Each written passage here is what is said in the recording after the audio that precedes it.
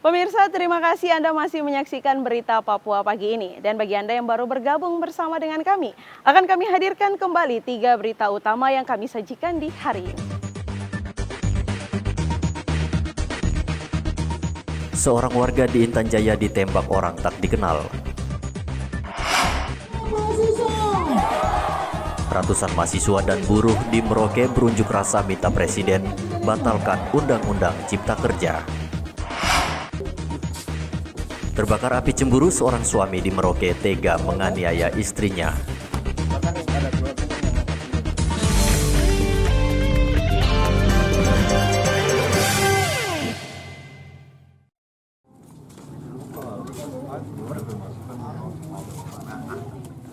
Seorang suami tega menganiaya istrinya di Jalan Pintu Air, Merauke. Polisi yang mendapat laporan adanya penganiayaan langsung mendatangi rumah korban. Rika yang mengalami luka tusukan senjata tajam di paha dan kepala langsung dibawa ke RSUD Merauke. Yang sakit sebelah mana? Menurut Erbiana, kakak korban, suami korban bernama Kosmos yang dipengaruhi minuman keras langsung menusuk Rika, istrinya yang sedang tidur. Itu cemburu memang, karena gitu. laki itu datang dari sana, dia bilang itu, dia tanya Rika ada ke tidak? Terus dia anak kecil itu yang jawab, mama ada tidur. Saya hanya dengar yang dia bilang itu tadi malam dia dengan Harun, sama-sama Harun. Terus? Jadi langsung dia ambil pisau, dia masuk itu, saya kira dia mau bicara baik dengan dia kan, langsung dia tikam di dalam kamar. Kena mana tikam, yang apa, bagian apa saja? Kepala? Ini ada bekas Sama? tikam, sama Di kaki? dia tikam dari di paha ini. Sama di paha situ juga Di ya? tempat acara situ dia tikam dulu. Tapi pertama di dia pulaki nih, Kosmos dia mabuk? Kosmos mabok. Mabuk ya? Kemungkinan cemburu, Cemburu ya? Sementara suaminya sendiri? melarikan diri itu setelah dia lakukan perbuatan melanggar hukumnya, aniaya, dia menikam istrinya itu dari dahi dan paha, langsung dia melarikan diri. Masih dalam pengejaran, Pak? Masih dalam pengejaran, dan bersangkutan juga sudah diketahui identitasnya. Gitu. Ada rekan. Polisi masih memburu Kosmos yang diduga melarikan diri ke Jagebob. Muhammad Ridwan melaporkan dari Merauke, Papua.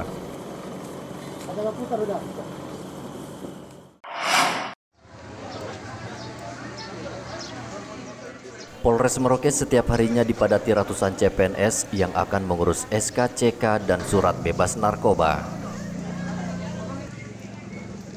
Mencegah penyebaran COVID-19, polisi mengatur jarak kursi antrean para CPNS. Polisi juga mewajibkan pengurus SKCK memakai masker saat memasuki kantor Polres. Warga yang datang juga dibatasi hanya 100 orang per hari.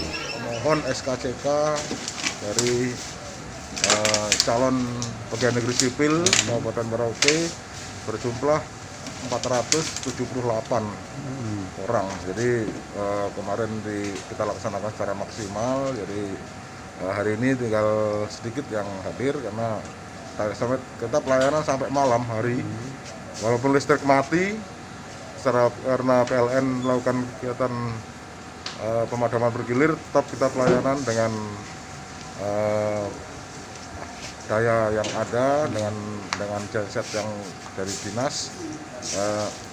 Untuk PNBP yang kita terapkan tetap sesuai PP 60 2013, kita ini tetap dengan nilai Rp30.000, tidak boleh lebih dari itu. Jadi kami sudah siap, sudah bertekad untuk melayani dengan hati, melayani dengan tulus untuk pelayanan yang maksimal. Jadi kita sesuai tekad kami untuk menciptakan Polres Merauke menuju zona integritas bebas korupsi. Menurut data kantor kepegawaian Merauke, sebanyak 369 CPNS dinyatakan lulus menjadi PNS di lingkungan Pemda Merauke. Muhammad Ridwan melaporkan dari Merauke, Papua.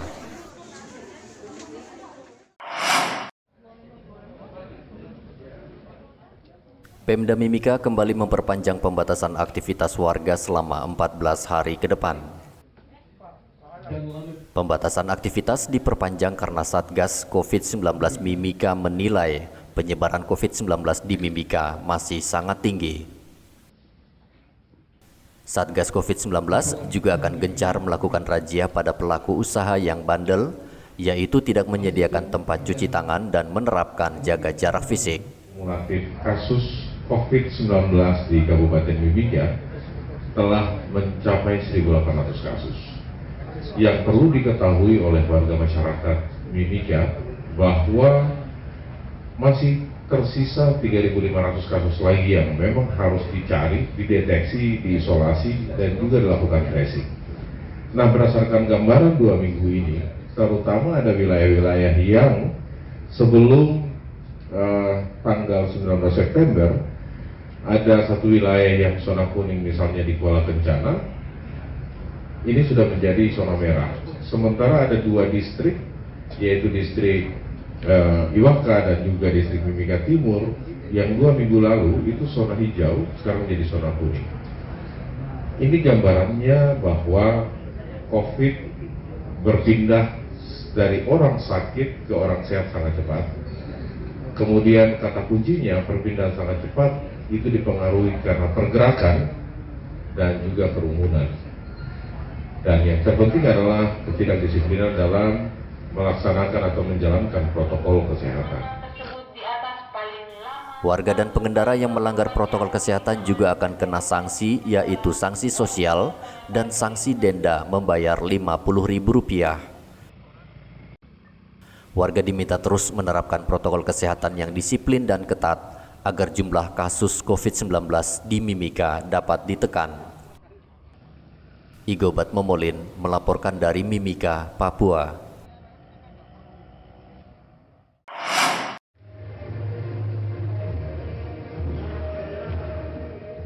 Mencegah penyebaran COVID-19, Disduk Capil Mimika mendatangkan mesin pencetak kartu dari Jakarta. Warga yang ingin mengurus kartu keluarga, KTP, dan akta kelahiran tak perlu lagi mengantre dan bertemu secara fisik dengan petugas Disduk Capil. Warga hanya perlu mendaftar secara daring dan langsung bisa mencetak sendiri di mesin pencetak yang ada di kantor Disduk Capil. Kita semua harus patuh protokol kesehatan, bukan hanya petugas aparatur di Dukcapil, tetapi juga masyarakat pengunjung yang datang ke Dukcapil. Kami lakukan proses tahapan pemeriksaan suhu tubuh, cuci tangan, masker. Kalau nggak pakai masker kami kasih masker. Karena tujuannya apa? Kita sama-sama saling menjaga.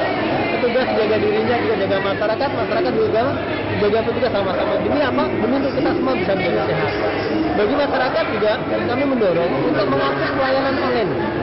Sehingga kan banyak, ada Orlando, ada Silintas Dukcapil yang bisa diantar sampai ke rumah, buka pintu. Bisa juga dicetak sendiri dokumen itu di rumahnya. Bisa juga diambil di kelurahan.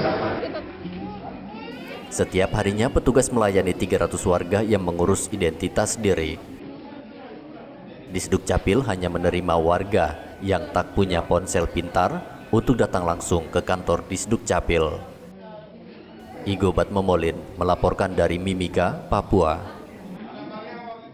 Pemirsa, berita yang baru saja Anda saksikan sekaligus menutup jumpa kita dalam Berita Papua hari ini. Bersama kru yang bertugas, saya Cynthia Delima mengucapkan terima kasih atas perhatian Anda. Selamat pagi, semangat pagi, Wanyambe.